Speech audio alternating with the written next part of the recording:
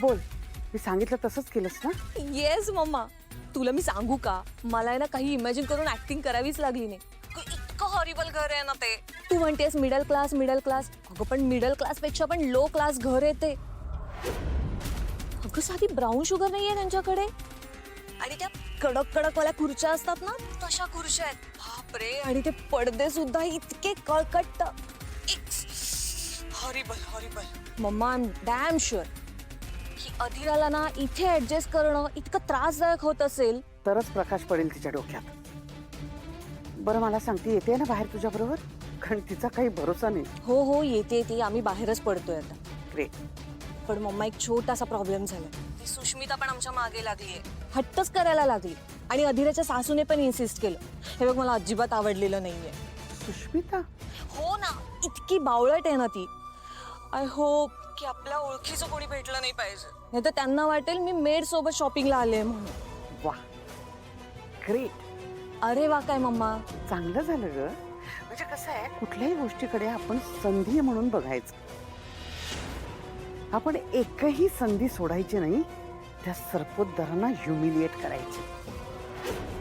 आणि ही तर संधी आता चालून आली आहे, राईट?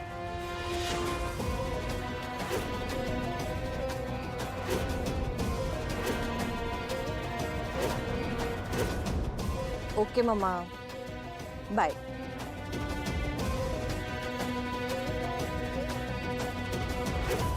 बोल आता, काय झालंय? आनंद, गेल्या काही दिवसात ज्या स्पीडनी माझ्या आयुष्यात गोष्टी घडतायत ना, त्याची मी कल्पनाही केली नव्हती. बरं चाललं होतं की रे माझं आयुष्य. एकटा होतो मी, सुखी होतो, चांगलं सुरळीत चाललं होतं माझं आयुष्य. एकटा असून सुद्धा सुरळीत चाललं होतं, आणि मला लग्नही करायचं नव्हतं. एकटा बरा होतो मी, आणि अचानक मला काही दिवसांपूर्वी लग्न करावं लागलं मनात नसताना. आणि अशा एका मुलीशी लग्न केलं जी मला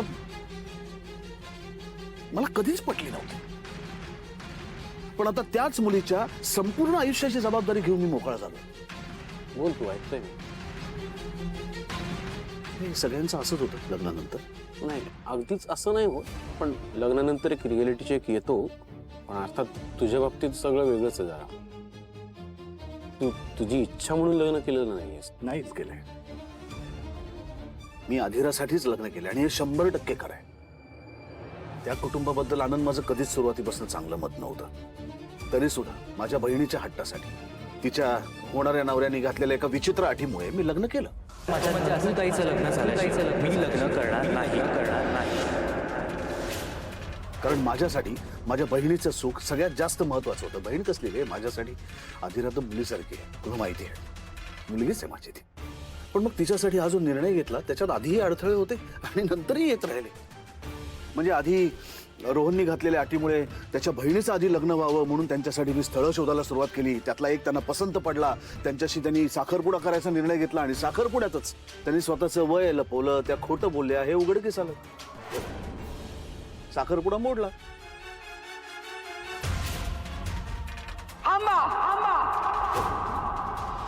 हा साखरपुडा होऊ शकत नाही. मग मी करायचं ठरवलं का? अधीराकडे बघ, आणि त्यात आता हे लॉकर मधले 15 लाख रुपये ते अंशुमनकडे होते. तेच ना, तेच झालंय. या बाईच्या वागण्यामुळे, तिच्या कुटुंबाच्या वागण्यामुळे ना सतत शंका येत राहते मनात. हे बघ, मी पैशांसाठी आपापलेला माणूस नाहीये. देवाच्या दयेने आपलं सगळं उत्तम चाललंय, कंपनी चांगली चालली आहे. पण म्हणून आपण मेहनतीने कमवलेला पैसा कोणीतरी आपला गैरफायदा घेऊन आपल्याला फसवून लुबाडत असेल ना, तर ते मला कधीच सहन होणार नाही. आणि आता झालंय काय की इतकं सगळं मध्ये घडल्यामुळे, इतक्या विचित्र गोष्टी घडल्यामुळे ही फॅमिली आपला कशा प्रकारे गैरफायदा घेईल हे काही सांगता येत नाही रे. आणि सतत तीच एक शंका असते डोक्यात. आणि त्याही पेक्षा ना मला आजीची काळजी वाटते. आनंद, आजीने विश्वास टाकलाय रे तिच्यावरती. मनापासून तिला सून म्हणून तिने कबूल केलंय. आता उद्या जर पुन्हा हे सगळं सुरू राहिलं, आजीचा विश्वासघात झाला, तर तिची काय अवस्था होईल याची कल्पनाच करू शकत नाही मी. मग तुम्हाला बोलवलं? Okay.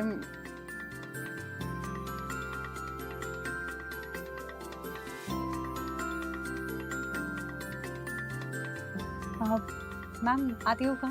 Yes please please have a seat. Thank you.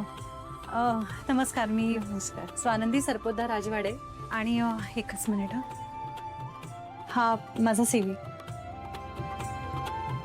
तुम्ही एन्व्हायरमेंटल सायन्समध्ये डॉक्टरेट केली आहे, हो मॅडम. मग टुरिझमकडे कसं वळलात? ॲक्च्युली मी शिकत होते ना तेव्हा सुद्धा मी काम करतच होते आणि समोर मी ट्रॅव्हल एजन्सीमध्येच काम केलंय. आणि आता निसर्गाबद्दल खूपच वाटतं म्हणून एन्व्हायरमेंटल सायन्समध्ये मी डॉक्टरेट केली आहे. पण मला सांगा, आधीच्या कंपनीमध्ये तुमचा नक्की रोल काय होता? मॅम आधीच्या कंपनीमध्ये मी क्लायंटशी इंटरॅक्ट करून त्यांच्या कम्फर्ट झोननुसार फायनान्शियल ॲज वेल ॲज त्यांच्या मेंटल कम्फर्ट झोननुसार त्यांना कशा पद्धतीचे पॅकेजेस हवेत, त्यांची टूर जास्तीत जास्त कम्फर्टेबल कशी होईल ह्याकडे लक्ष द्यायचे आणि त्याप्रमाणे त्यांच्यासाठी पॅकेजेस बनवायचे. आणि मला माझ्या आधीच्या कंपनीमध्ये मॅनेजर ही पोस्टही ऑफर केली गेली होती. केसरीविषयी काय माहिती आहे? केसरी टूर्स हे ट्रॅव्हल्स कंपनीमधलं खूप मानाने घेतलं जाणारं आणि खूप जुनं नाव आहे.